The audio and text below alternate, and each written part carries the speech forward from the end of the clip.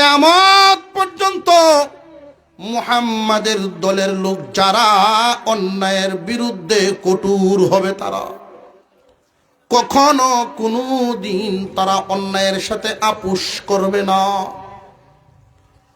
অন্যায়ের সাথে মানুষ আপোষ করে দুই ভাবে, এক নাম্বার লোভে পড়ে, দুই নাম্বার ভয়ে পড়ে।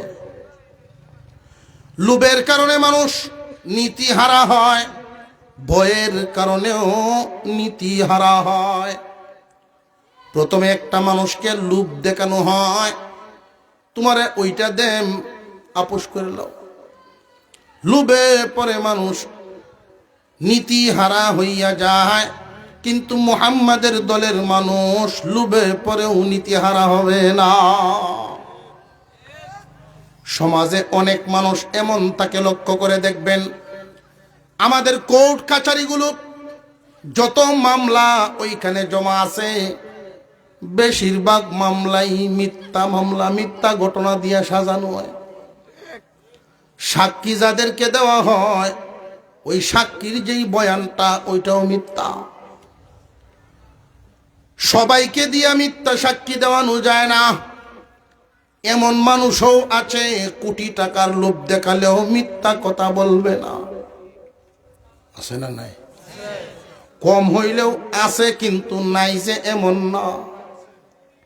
নীতিবান মানুষ লোভে পরে তার নীতি হারাবে না, ওইটা মুহাম্মাদের দলের লোকের সিফত।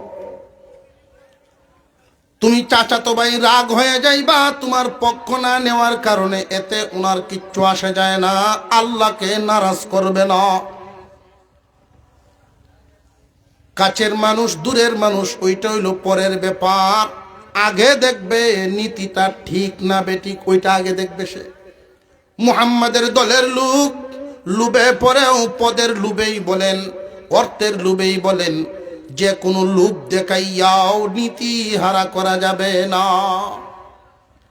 আমার আপনার পয়গম্বর সাল্লাল্লাহু আলাইহি ওয়াসাল্লাম দাওয়াতের কাজ শুরু করলেন। মক্কার লিডাররা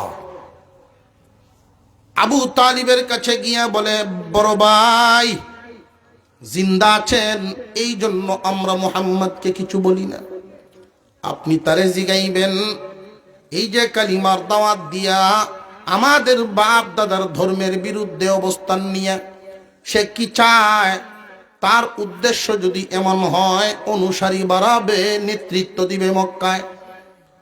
আজ থেকেই মুহাম্মদ মক্কার সর্দার হয়ে যাক, আমাদের আপত্তি নেই, ঘোষণা দিব। যদি তার উদ্দেশ্য হয় বক্তবৃন্দু বাড়াইয়া, অনুসারী বাড়াইয়া অর্থশালী হবে, আজকেই আমরা তাকে সকলে মিলে ধনী বানায়া দিব, অভাব আর থাকবে না। তার উদ্দেশ্য যদি হয় প্রভাবশালী হয়ে, ক্ষমতাবান হয়ে সুন্দরী মেয়েকে বিবাহ করবে, আজকেই তার পছন্দ মতো মক্কা নগরীতেই সেই মেয়েকেই বিবাহ করাইব, যেই মেয়েকে চাইবে। আল্লাহর পয়গম্বরের কাছে যখন এই কথাগুলো পৌঁছে, নবীজি জবাব দিলেন, চাচা যান, আমার পক্ষ থেকে আমি কালিমার মিশন শুরু করি নাই, শুরু করেছি আল্লাহর আদেশে। লোভ দেখায়া কাজ হবে না।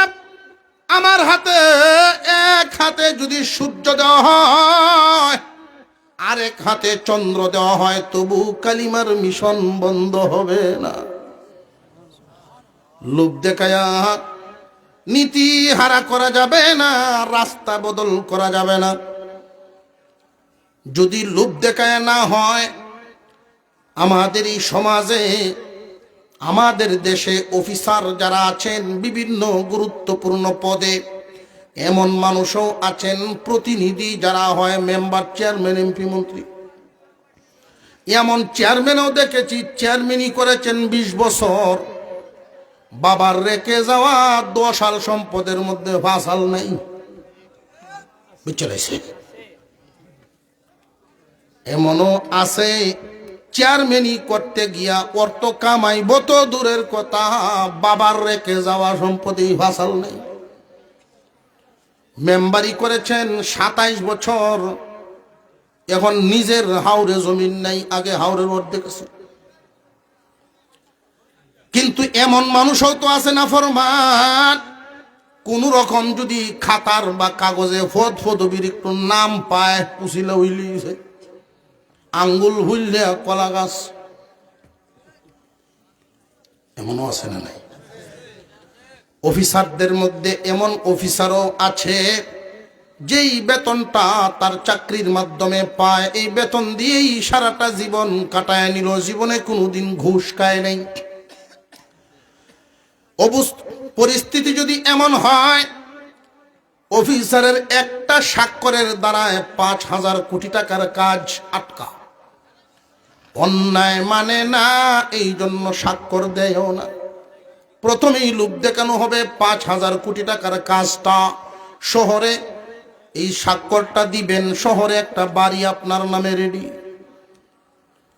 বেশিরভাগ অফিসার লুবে পরে নীতিহারা হয়, চাকরি করে কয়দিনে গিয়ে এই পরিমাণ মালিক হই ঠিক নাই, সুযোগ পাইছি কাজে লাগায় দেই, বেশিরভাগ নীতিহারা। কিন্তু এমনও তো আছে প্রয়োজনে কুরে গড়ে থাকবো, তবু অন্যায়ের সাথে আপোষ হবে না। এমনও আছে না নাই? জেনে রাখবেন এই সিফত কার? মুহাম্মাদের দলের লোকের সিফত। অন্যায়ের সাথে আপোষ হবে না, লোভ দেখায় কাজ হবে না।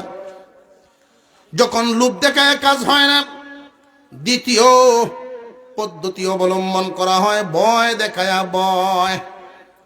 আমাদের দেশের মধ্যে যে সমস্ত লোকেরা ইচ্ছা মতো ঘোরা দৌড়ায়, প্রথমে আলেম ওলামাদের জবান বন্ধ করতে চায়। আলেমদেরকে অফার দেওয়া হয়, কি লাগবো হুজুর কইয়েন, কি লাগবো কইয়েন। কিন্তু না, কি লাগবো কইলেও হুজুররা তো তেলের বোতল লইয়া ভিসে ভিসে ঘুরে না। এরপরের স্টেপ ভয়। অন্যায়ভাবে চলতে পারবে, বাধা হবে না। বাধা তো প্রথমেই মসজিদের মিম্বর, ওয়াজের ময়দান জনগণকে উদ্বুদ্ধ করে দেয়, অন্যায়ের বিরুদ্ধে প্রতিবাদ করতে হবে, জিহাদ করতে হবে, এটা মুসলমানদের হাতিয়ার। আলেম ওলামারা যেন মুখ খুলতে না পারে। আপনারা তো দেখেছেন, দেখছেন, ভবিষ্যতেও দেখবেন।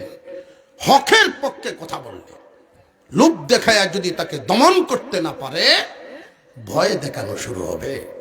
এটা অফিসারের ক্ষেত্রে হোক, যে কোনো ভালো মানুষের ক্ষেত্রে হোক, সঠিক পথে চলা শুরু করবেন, শত্রু আপনার অটোমেটিক হওয়া শুরু হবে। কোরআন হাদিস এই শিক্ষা দেয়। সমালোচনা হোক, বিরুদ্ধে শত্রুতামি হোক, চক্রান্ত শুরু হোক, মামলা হোক, হামলা হোক, যত ধরনের ভয়ভীতি হোক, সম্পদ হারাবার ভয় আসতেছে, পরিবারের সদস্য হারাবার ভয় আসতেছে, নিজের জান হারাবার ভয় আসতেছে, তবু অন্যায়ের সাথে আপোষ করা হবে না। মুহাম্মাদের দলের লোক সারা জিন্দেগি ভর এই গুণ আমাদের মধ্যে রাখতে হবে। যারা রাখতে পারেন, প্রাথমিক অবস্থায় দেখবেন আকাশের অবস্থা খুব মেঘাচ্ছন্ন, অন্ধকার। ধৈর্য ধরে যদি সেই পথে চলতে পারেন, সাহায্য আসবে। আল্লাহ পাক সাহায্য করে দেন। যুগে যুগে বান্দা যখন নিজের চেষ্টা করতে করতে নিজের শক্তি শেষ, সেখান থেকে আল্লাহর সাহায্য শুরু হয়ে যায়। আপনারা ৭৭ বছর আগের গড়ায় প্রতিষ্ঠান, এটা এমনি এমনি হয়ে যায় নাই। ইতিহাস তালাশ করেন, অবশ্যই এর পিছনে অনেক নামি দামি গুণী মানুষের ঘাম জড়ানো পরিশ্রম।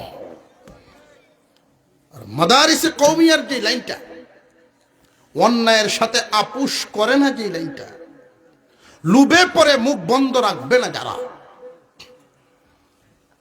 সরকারি বেতন যদি নিতে হয় তাদের নীতিমালা মানতে হবে। এ কারণেই মাদারিসে কওমিয়া এই নীতি মানবে না। সকল নীতি মানতে হলে অনেক শরীয়ত বিরোধী কার্যকলাপে চলে যায়। এই জন্য মাদারিসে কওমিয়া কুরবানি দিয়া, জায়গা দিয়া, শ্রম দিয়া আমাদের বাপ দাদা পূর্বপুরুষরা সহ অদ্যাবধি পর্যন্ত ভারতবর্ষে মাদারিসে কওমিয়ার শিক্ষা সিলসিলা চালু রেখেছে। ইসলামের সঠিক শিক্ষা দীক্ষা, মানুষকে সঠিক শিক্ষা দেওয়ার এই রাস্তা একদল কুরবানিওয়ালা মানুষের বদৌলতে চলে আসতেছে।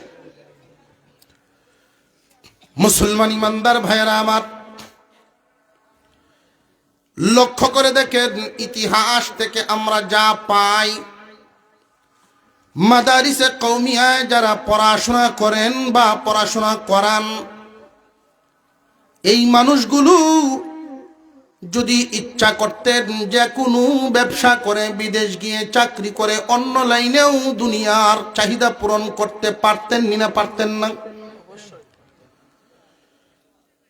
অন্য 10 জনে যেই লাইনে কাজ করেন, মাদারিসে কওমিয়ায় শিক্ষা হাসিল করনেওয়ালারাও পারতেন, কোনো বাধা তাদের ছিল না। কিন্তু যখনই এই দায়িত্ব কাঁধে উঠায় নেন, তখন আমরা হয়তো অনেকেই মনে করি মেসাব মৌলবি, মসজিদ মাদ্রাসা তো জায়গা নাই, মসজিদ মাদ্রাসা সারা কোথায় যাবে? না, ভুল ধারণা আপনাদের। আলেম উলামাগণ যে কোনো কাজে গেলেই তারা সেখানেই সফলতা অর্জন করবে, কারণ সিফত দিলের ভিতরে ভালো গুণ। ওনারা দিনের জিম্মাদারি কাঁধে নেওয়ার কারণে অনেক সময় এমনও হয় যে এই বেতনটা ন্যূনতম বেতন ধার্য করা হয়, এই বেতনটা মাসিক মাসিক আদায় হয় না। অনেক প্রতিষ্ঠান এমন আছে 6 মাস, 8 মাস, 1 বছর, 2 বছর পর্যন্ত শিক্ষকদের বেতন বাকি। এই লাইনে যারা মেহনত করেন, পর্যাপ্ত পরিমাণ আমরা নির্ধারণ করে বেতন আদায় করি না। একটা পরিবার চালাইতে যতটুকুন প্রয়োজন, এতটুকুন কেন, এর অর্ধেকও বিবেচনা করে আমরা দেই না। এরপরেও তারা এই লাইনের মহাব্বত জিম্মাদারি কাঁধে উঠায় নেন। কুরবানিওয়ালা দিল ছাড়া এই মেহনত সম্ভব না। ব্রাহ্মণবাড়িয়ার বড় হুজুর রহমতুল্লাহি আলাইহি মাদ্রাসার মুহতামিম, ঈদের সময় এসে গেছে, মাদ্রাসা বন্ধ হবে, তাও আবার কুরবানির ঈদ, অনেক শিক্ষকগণের বেতন বাকি। অফিস রুমে বসে আছেন, নিচের দিকে মাথা দিয়ে চিন্তিত। তো স্টাফের মধ্যে একজন শিক্ষক ছিলেন, খুব সরল সহজ মানুষ, নিরিবিলি ভাবে চলেন, তবে গোপনীয় ভাবে যারা জানেন উনি আল্লাহর ওলি, কোনো সন্দেহ নেই। উনি গিয়া ঢুকলেন, হুজুর মাথা নিচের দিকে দিয়া কি যেন ভাবছেন, মাথাটা উঠাইলেন হুজুর। উনি তাকায় দেখেন বড় হুজুরের চোখ পানিতে টলমল করতেছে। হুজুর কি হয়েছে আপনার, কিসের চিন্তা এতটা? হুজুর জবাব দিলেন, আব্দুর রহিম বসো, শিক্ষকগণ বাড়িতে যাবেন, প্রত্যেকের মনের এক একটা আশা, ঈদ সামনে, পরিবার নিয়ে ঈদ করবেন। কিন্তু মাদ্রাসার ফান্ডের যেই হালত, বেতন পরিশোধ করা সম্ভব না। এই শিক্ষকরা দুনিয়ার যে কোনো কাজেই তো মেহনত করতে পারতো, চাহিদা পূরণ হয়ে যেত, বিবি বাচ্চার চাওয়া পূরণ করতে পারত। কোরআন হাদিসের তালিমের মধ্যে থাকার কারণে তাদের এই চাহিদা পূরণ হচ্ছে না। যতটুকুন আমরা দেওয়ার কথা, এটাও বাকি পড়ে গেছে, কেমনে মিলাইব? এই জন্যই চিন্তিত। এমনি সরল সহজ মানুষ। হুজুর বলেন, আমার একটু অনুমতি দেন, আমি বাড়ির যাব। সাহাবীদের গুণে গুণান্বিত উনি চলে গেলেন বাড়িতে। আল্লাহওয়ালা বিবি গিয়া বলেন, বিবি শুনো, বিয়ের সময় তোমার যে আমি স্বর্ণগুলো দিয়েছিলাম, এই স্বর্ণটা এখন দিয়া দাও, আল্লাহ তোমাকে জান্নাতে স্বর্ণ পরাইবেন। এতটুকুন সহজ কথা বিবিও রাজি হয়ে গেলেন যে সত্যি কি আল্লাহ আমারে জান্নাতে স্বর্ণ দিবেন? হ্যাঁ, এতে কোনো সন্দেহ নাই। সাথে সাথে বিবি একটা পুরাতন কাপড়ের টুকরা দিয়া বাঁধা ছিল, সেই পুরা পুটলাটাই হাতে দিয়া দিলেন, নেন। স্বামী হিসাবে বিবির জন্য ওই সময় দোয়া করেছিলেন, আল্লাহ আমার বিবির এই কুরবানি তুমি এমন ভাবে কবুল করো, দুনিয়া এবং আখিরাতে দিও। আমার মুখ থেকে বের হয়েছে জান্নাতের স্বর্ণ তারে পরাইবা। আমার কোন নেক আমল যদি কবুল হয়, এর উসিলা হইল আমার বিবিরে তুমি জান্নাত দিয়ে দিও। দোয়া করে উনি চলে আসছেন। বড় হুজুর রহমতুল্লাহি আলাইহির হাতে আইনা যখন এটা উঠায় দিলেন, হুজুর হাউমাউ করে এমন কান্না একটা দিছিলেন, ওই দিনের দোয়া কবুল হয়ে গেছে। এর ফলশ্রুতিতে আল্লাহ পাক, সরল সহজ মানুষ, হুজুর শুধু মাদ্রাসায় খেদমতেই করতেন, আর কোনো খেদমত নাই, আর কোনো ইনকামও নাই। কিন্তু উনার 5 জন ছেলে এখন বর্তমান সারা বিশ্বের বড় বড় আলেমদের তালিকায় ওনারা। ওনার আম্মাকে বার্ধক্য অবস্থায় মেজু ছেলে যেই দিন নিয়ে যান উমরায়, বিমানে বসেই বলতেছেন, আম্মা যান, আল্লাহ তাআলা কত দয়া করেছেন আমাদের উপর। প্রতি বছরই উমরা করি আমরা। 1 বছরের মধ্যে যদি গড়ে হিসাব করা হয়, 1 মাস চলে যায় শুধু বিমানের উপরে। ওই দিনই বুড়া মহিলায় বলেছিলেন, বাবারে তুমি জানো না, আমার মন বলে, আমার মনের সাক্ষী দে, একদিনের কুরবানি, একদিনের কাজ আল্লাহর কাছে ভালো লেগেছে। আর আল্লাহর রহমতের ফুটা সমূহের একটা ফুটা আমাদের পরিবারের উপরে আল্লাহ ফেলায় দিয়েছেন।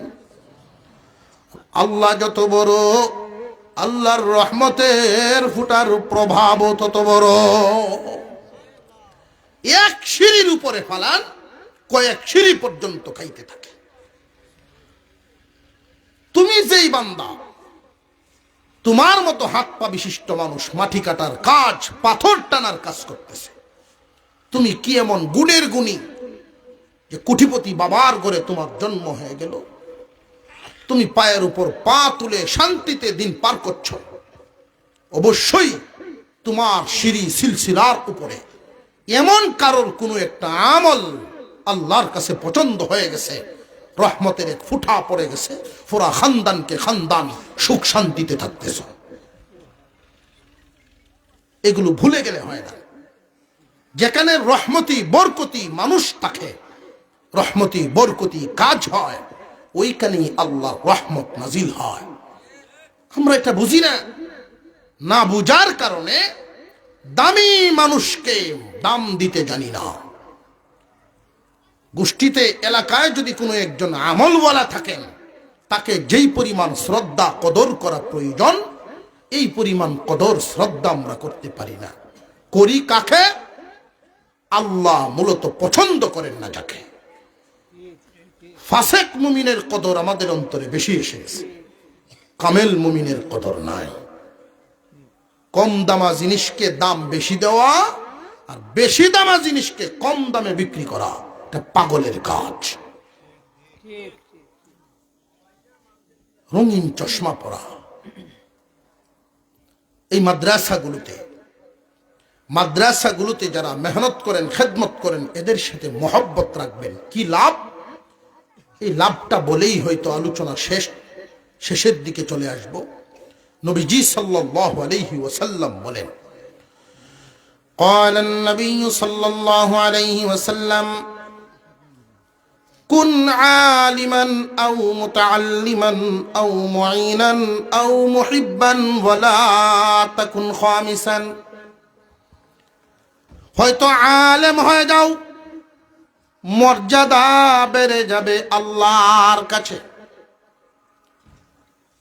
কিন্তু এই যে আলেম হয়ে যাও, আলেম হওয়া, আলেম বানানো, এটা দুনিয়াদারির কাজ না, দুনিয়ার কোনো মানুষের হাত না। আদম আলাইহিস সালাম থেকে নিয়ে আমাদের পয়গম্বর সাল্লাল্লাহু আলাইহি ওয়াসাল্লাম পর্যন্ত অসংখ্য অগণিত নবীগণ আল্লাহ তাআলা পাঠাইছেন এমনি না, কোন উদ্দেশ্য আছে?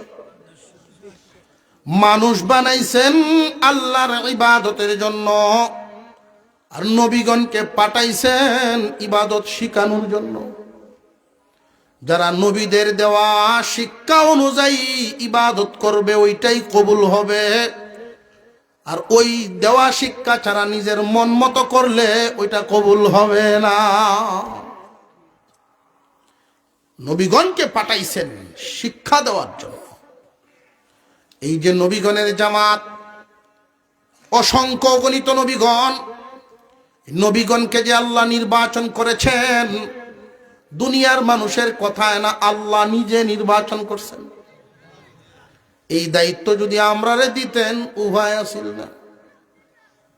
যদি বলতেন তোমরা পছন্দ মতো একজন নবী বানাও, মিছিল দেয়া বানাইলাম সুদকুর রে, অমুক ভাইয়ের চরিত্র হোলের মতো হয়েছিল, কইয়া বানাই লাইলাম না করে।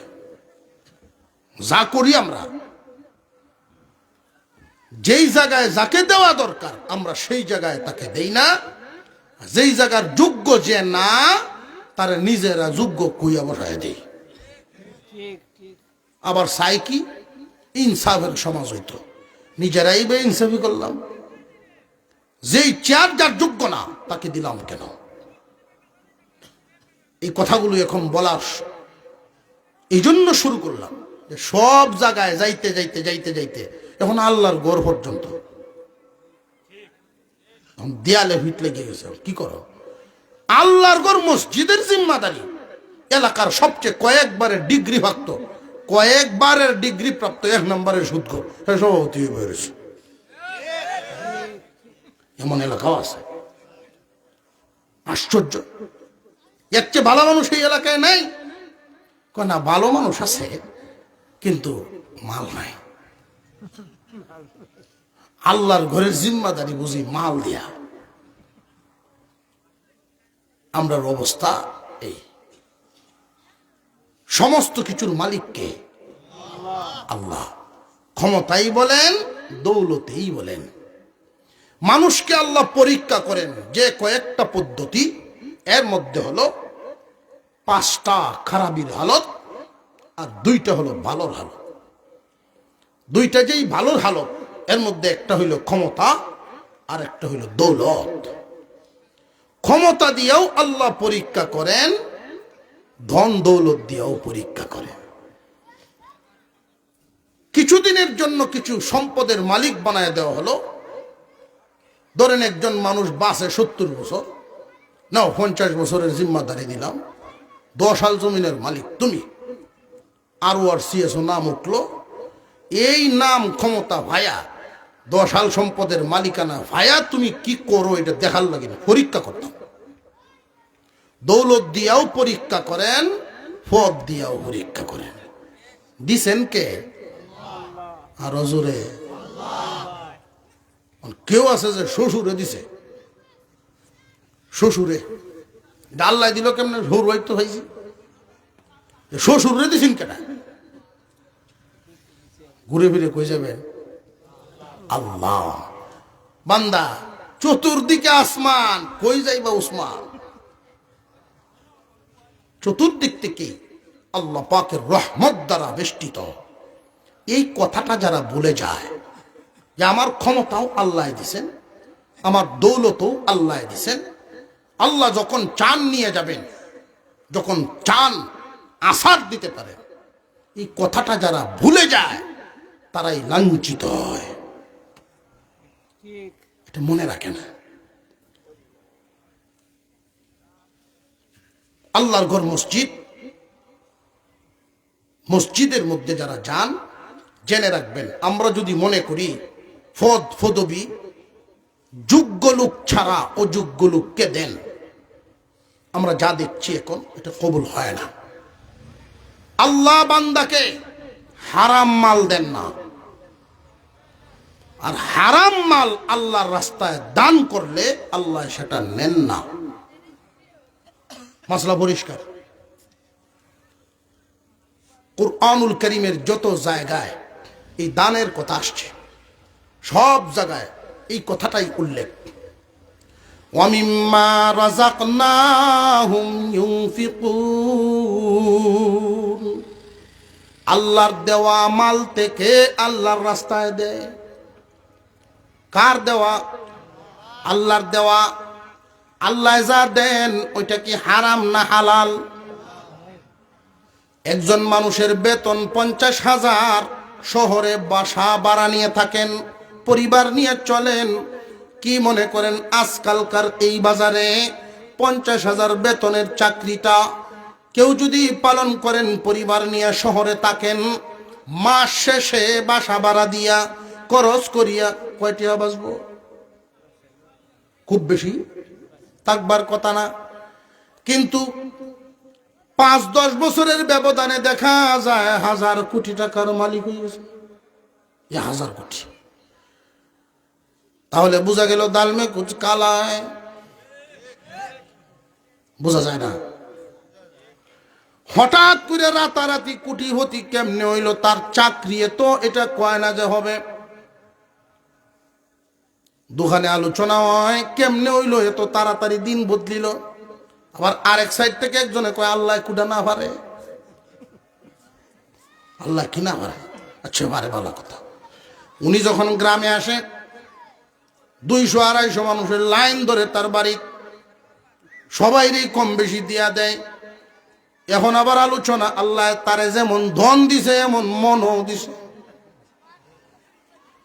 আসল কথা কি? এই ধন কি আল্লাহ দিছেন? এই দৌলত আল্লাহর দেওয়া। এইটাই আমাদের বুঝে আসে না।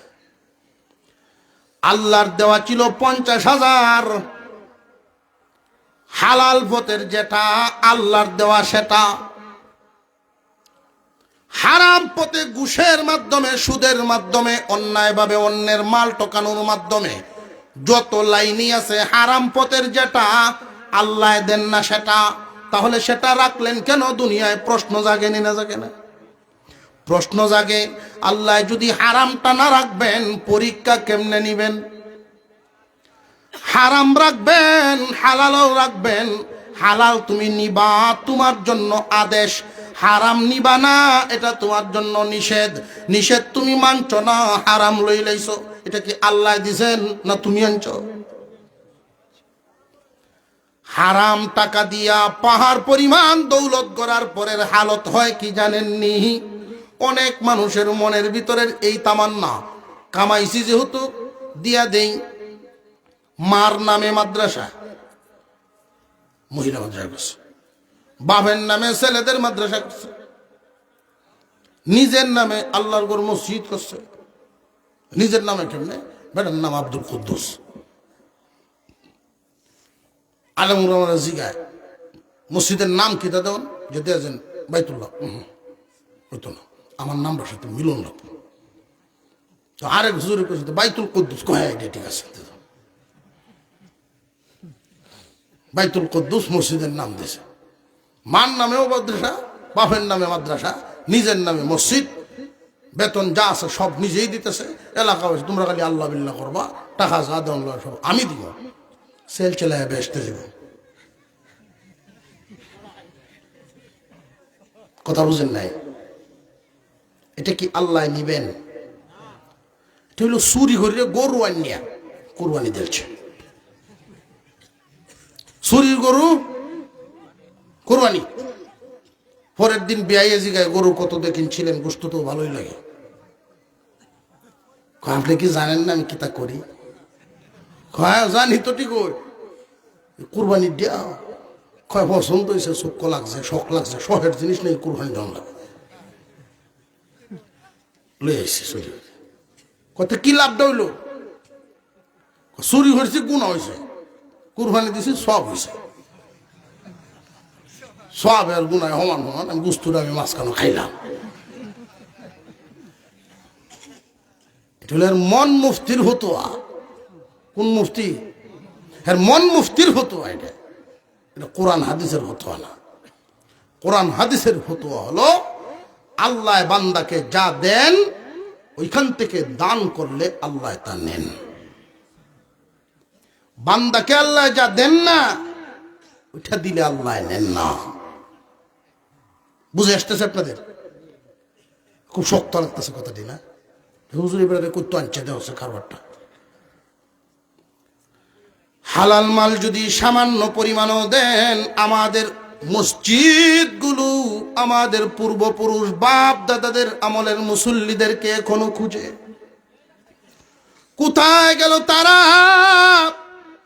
মসজিদ কাঁচা ছিল, সেজদা দিলে দুলা বালি কপালে লাইগা থাকতো।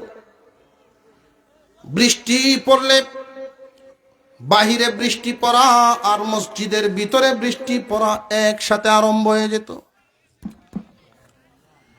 কিন্তু বর্তমান সময়ের মসজিদগুলো লক্ষ্য করে দেখবেন, উন্নত মসজিদ, পাকা হয়ে গেছে, কিন্তু আফসোস মুসল্লি দিন দিন কাঁচা হয়। মুসল্লি তো পাকা হয় না, মুসল্লি কাঁচা হয়ে যাচ্ছে। নামাজও ভরে সুদও কায়, আছে না নাই? নামাজও ভরে, ঘুষও খায়, মিথ্যা কথাও বলে, দুকাবাজিও করে, চুগলখুরিও করে।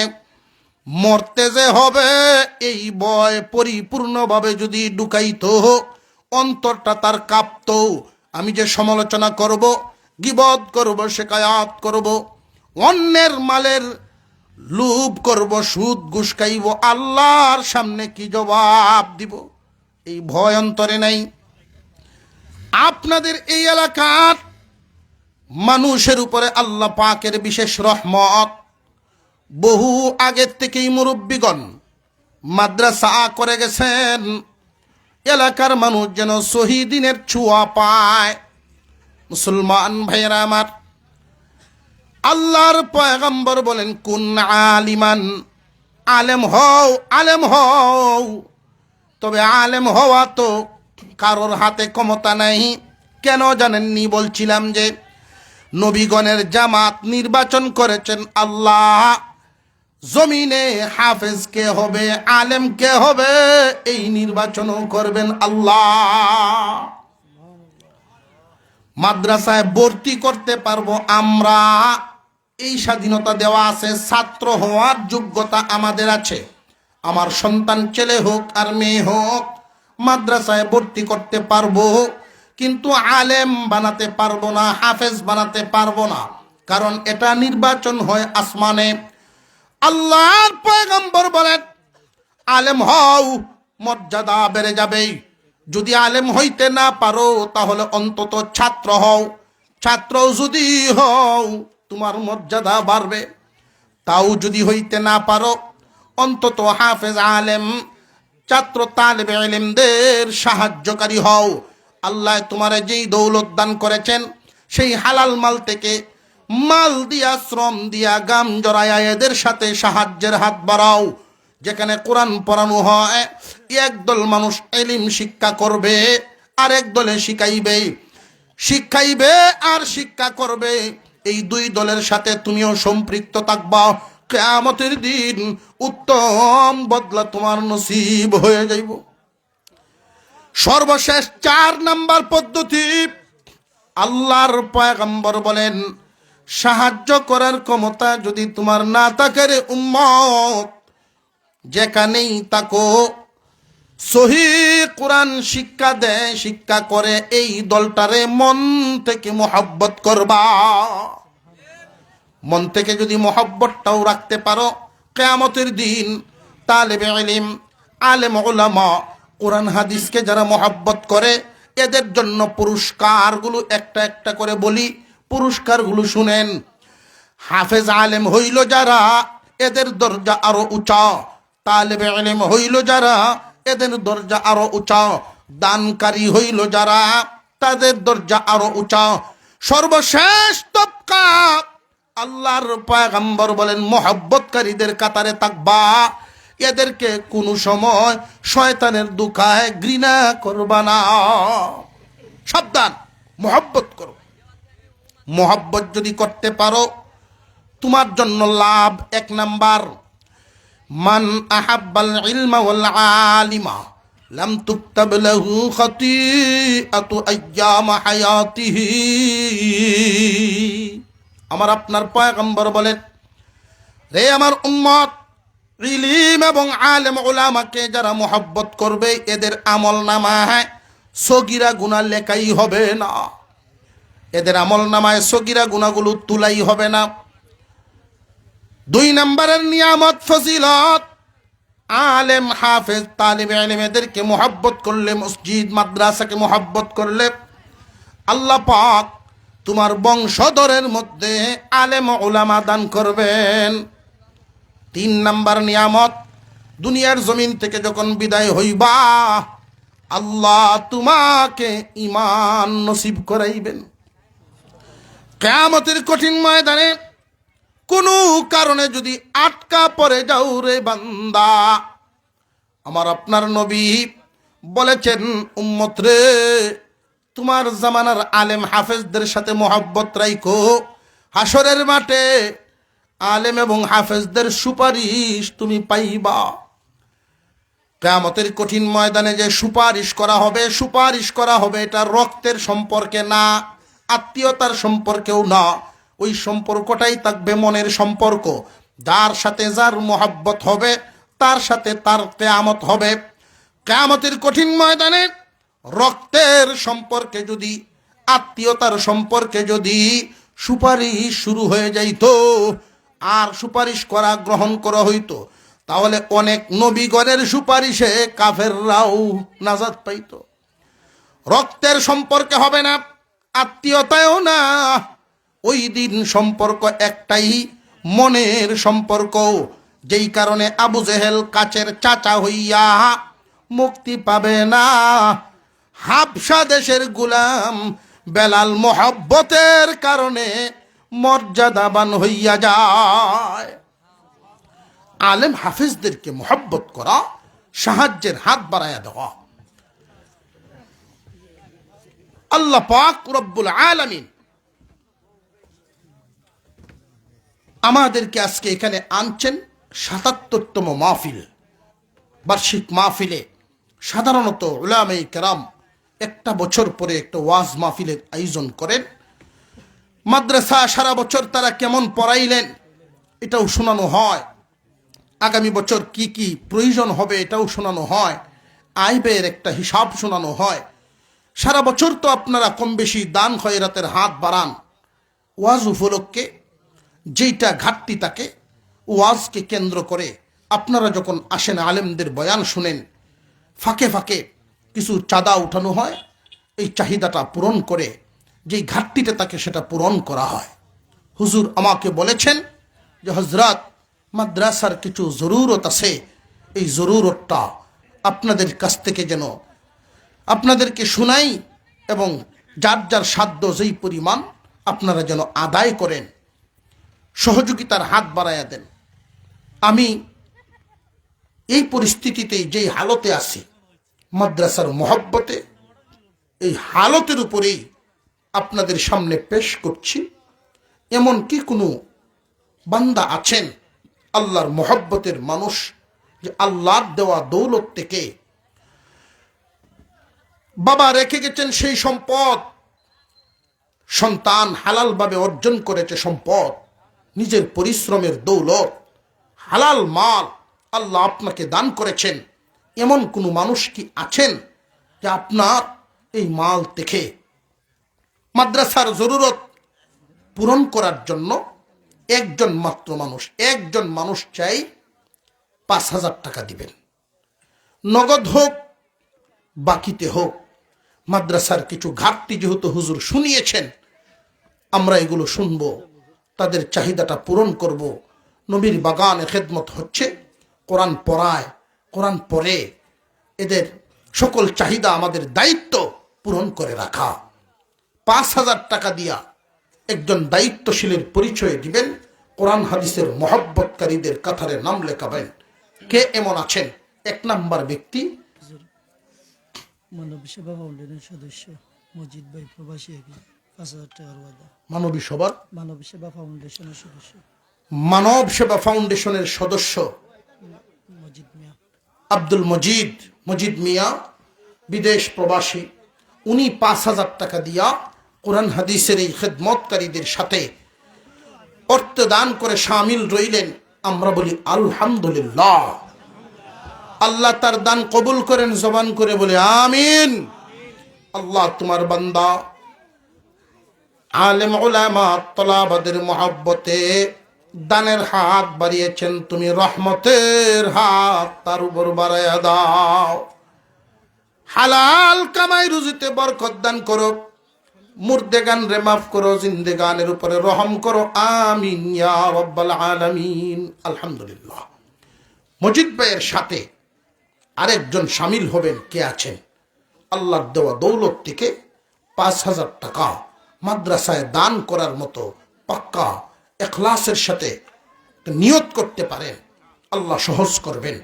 কে হবেন? দ্বিতীয় একজন মানুষ, দক্ষিণ খরাইয়ার শফিকুর রহমান। আল্লাহ, প্রবাসী শফিকুর রহমান, উনিও 5,000 টাকা দিয়া মাদ্রাসার এই অভাবটুকু পূরণ করবেন, সাহায্যের হাত বাড়িয়েছেন। আল্লাহ, শফিকুর রহমান ভাইয়ের দানটা তুমি কবুল মঞ্জুর করো, বলুন আমিন। আল্লাহ তার মনের নেক আশা পূরণ করো, কামাই রুজিতে হালাল বরকত দান করো, পরিবার পরিজনের উপরে রহম নাজিল করো। সকলেই জবান খুলে বলি আমিন। উনার ছেলে মাদ্রাসায় পড়ে, আল্লাহ যেন তাকে আলেম হিসেবে কবুল মঞ্জুর করেন, হাফেজ হিসেবে কবুল মঞ্জুর করে। আল্লাহ কবুল মঞ্জুর করো। 2 জন হয়ে গেল, 5,000 টাকা দিবেন। এইরকম আরেকজন মানুষ দেখি, কে হবেন? আল্লাহ পাকের সেই খাঁটি বান্দা, মহব্বতের বান্দা। 2 জন হয়ে গেল, তৃতীয় জন ব্যক্তি কে হবেন? এমন আছেননি কেউ? নারে তাকবীর, নারে তাকবীর। আলহামদুলিল্লাহ। আল্লাহ পাকের মেহেরবানি, আজকের মাহফিলের যিনি প্রধান মেহমান, প্রধান অতিথি, বিশিষ্ট ইসলামী চিন্তাবিদ, মুফাসসিরে কোরআন, কারা নির্যাতিত সেই মজলুম আলেমে দ্বীন হযরত মাওলানা মাহমুদুল হাসান গনবী সাহেব, মাহমুদুল হাসান গনবী সাহেব হাজির হয়ে গেছেন। আমরা সকলেই বলি আলহামদুলিল্লাহ। ওনাদের কথা শুনলে ইমানের নূর বাড়ে। আল্লাহ কবুল করেন, বলুন আমিন। জজবা আসে। তৃতীয় একজন ব্যক্তি 5,000 দিয়ে শামিল থাকবেন, কে আছেন? একটু জলদি জলদি, হুজুর এসে গেছেন, আপনাদের সামনে হাজির হয়ে যাবেন। মাদ্রাসার ফায়দা হোক, মাদ্রাসার এই জরুরত পূর্ণ হোক। 5,000 দেওয়ার মতো আরেকজন ব্যক্তি দেখি, আমি দোয়া করব, মুসাফির মানুষ, আল্লাহ মনের আশা পূরণ করে দিবেন, আল্লাহ তাআলা যেন কবুল করেন। কে আছেন 5,000 দেওয়ার মতো? আসেননি কেউ? আল্লাহ তুমি কবুল করো।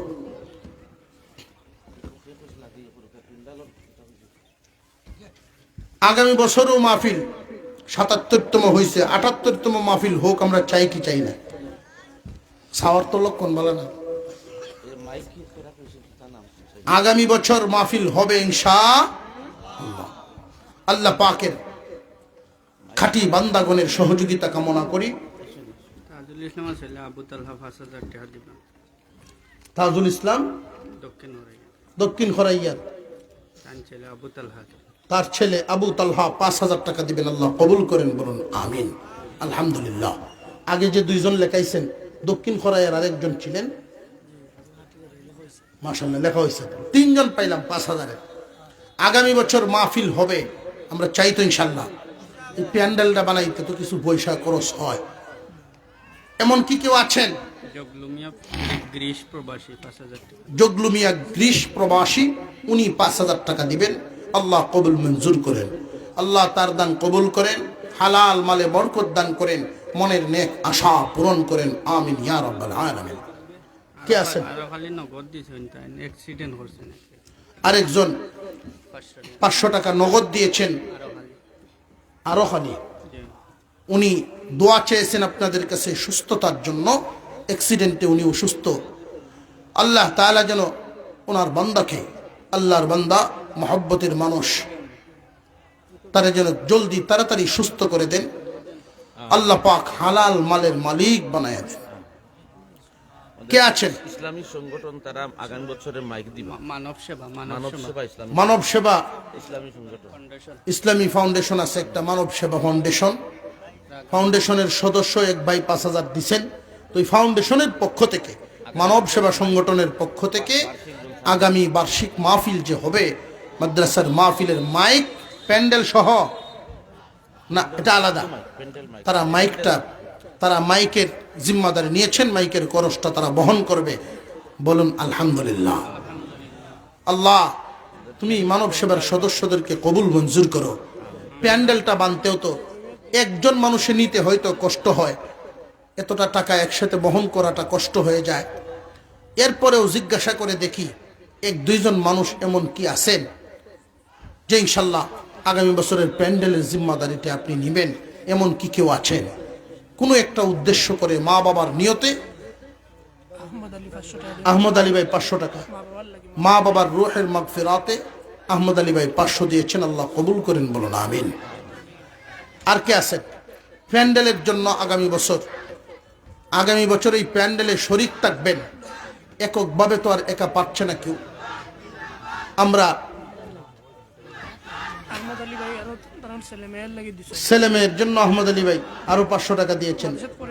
আল্লাহ কবুল মঞ্জুর করে, বলুন আমিন। আর কে আছেন? আমরা একটু আব্দুল মতিন তেগুরিয়া, উনি 500 টাকা দিয়েছেন। আল্লাহ তার দান কবুল মঞ্জুর করে, বলুন আমিন। আলহামদুলিল্লাহ।